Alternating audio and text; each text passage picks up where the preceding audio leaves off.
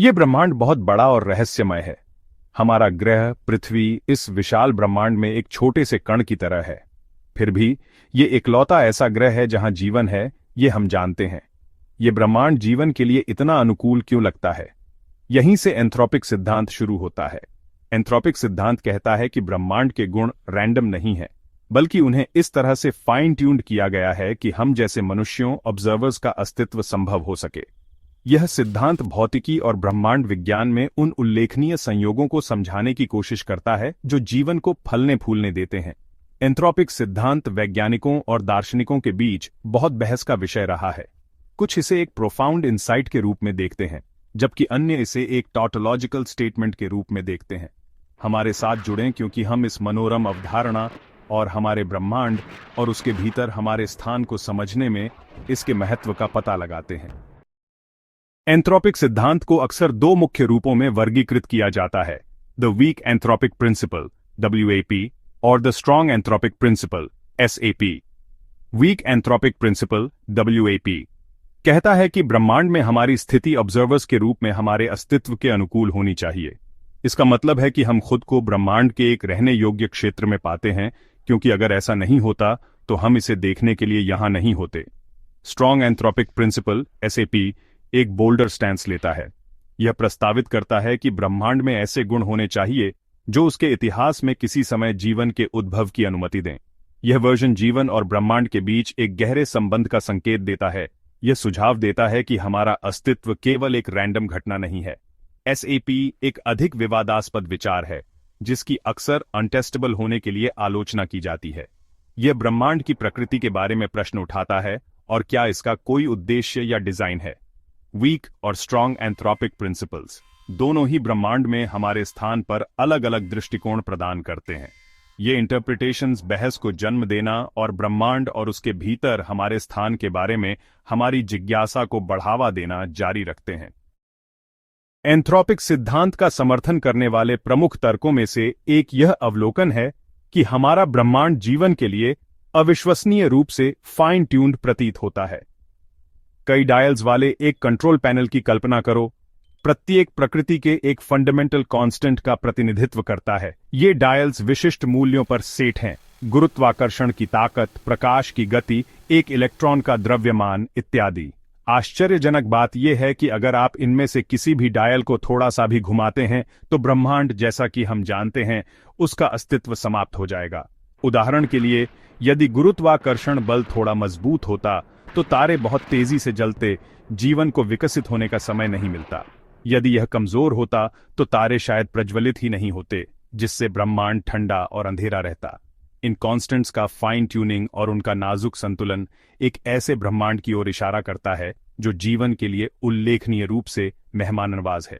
यह अवलोकन इस प्रश्न की ओर ले जाता है, क्या यह फाइन ट्यूनिंग केवल एक संयोग है या कोई गहरा स्पष्टीकरण है?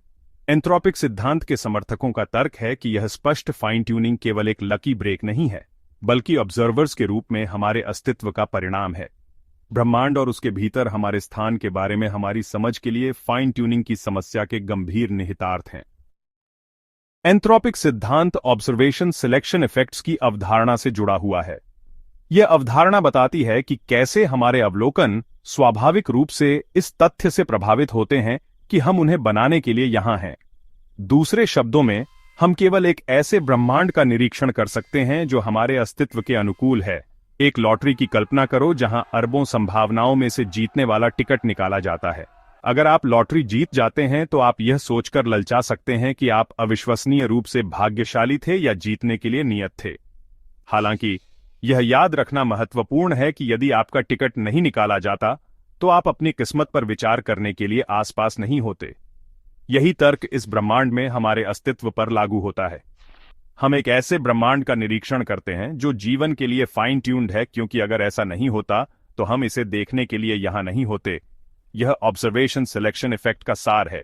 यह जरूरी नहीं कि ब्रह्मांड के पीछे कोई डिजाइन या उद्देश्य हो, बल्कि हमारे दृष्टिकोण की सीमाओं पर प्रकाश डालता है। एंथ्रोपिक सिद्धांत, जबकि पेचीदा, अपने आलोचकों के बिना नहीं रहा है। कुछ का तर्क है कि यह एक टॉटोलॉजिकल स्टेटमेंट है, अनिवार्य रूप से यह कहते हुए कि हम वही देखते हैं जो हम देखते हैं क्योंकि हम इसे देख सकते हैं। दूसरों का दावा है कि यह अनटेस्टेबल है और इसलिए कड़े अर्थों में वैज्ञानिक सिद्धांत नहीं है। आलोचकों का कहना है कि एंथ्रोपिक सिद्धांत, विशेष रूप से स्ट्रॉन्ग वर्जन, को वैज्ञानिक सिद्धांत के रूप में प्रछन्न एक टेलियोलॉजिकल तर्क के रूप में देखा जा सकता है। यह प्रतीत होता है कि ब्रह्मांड के अस्तित्व के पीछे एक उद्देश्य या मंशा है, एक ऐसी धारणा जिसे कई वैज्ञानिक और दार्शनिक समस्याग्रस्त पाते हैं। आलोचनाओं के बावजूद एंथ्रोपिक सिद्धांत गहन बहस और चर्चा का विषय बना हुआ है। यह ब्रह्मांड के बारे में हमारी मान्यताओं को चुनौती देता है और हमें अपने ज्ञान की सीमाओं का सामना करने के लिए मजबूर करता है। फाइन ट्यूनिंग समस्या के सबसे पेचीदा समाधानों में से एक, जिसकी चर्चा अक्सर एंथ्रोपिक सिद्धांत के साथ की जाती है, वह है मल्टीवर्स हाइपोथेसिस। यह हाइपोथेसिस प्रस्तावित करता है कि हमारा ब्रह्मांड कई ब्रह्मांडों में से एक है, प्रत्येक के अपने भौतिक नियमों और स्थिरांकों का समूह है। एक विशाल ब्रह्मांडीय परिदृश्य की कल्पना करो, जहां ब्रह्मांड समुद्र की सतह पर झाग की तरह अस्तित्व में आते हैं। प्रत्येक बुलबुला एक अलग ब्रह्मांड का प्रतिनिधित्व करता है, जिसके अपने विशिष्ट गुणों का समूह होता है। इस भव्य मल्टीवर्स में फाइन ट्यूनिंग समस्या कम जटिल हो जाती है। अगर अलग अलग भौतिक नियमों वाले अनगिनत ब्रह्मांड हैं, तो यह आश्चर्यजनक नहीं है कि हम खुद को जीवन का समर्थन करने में सक्षम एक में पाते हैं। यह केवल संभाव्यता की बात है, मल्टीवर्स हाइपोथेसिस, जबकि अत्यधिक स्पेक्युलेटिव कुछ भौतिकविदों और ब्रह्मांडविदों के बीच जोर पकड़ रहा है। जबकि वर्तमान में हमारे पास एक मल्टीवर्स के अस्तित्व के लिए निश्चित प्रमाणों का अभाव है, यह एक आकर्षक अवधारणा बनी हुई है जो ब्रह्मांड के बारे में हमारी समझ में क्रांति ला सकती है।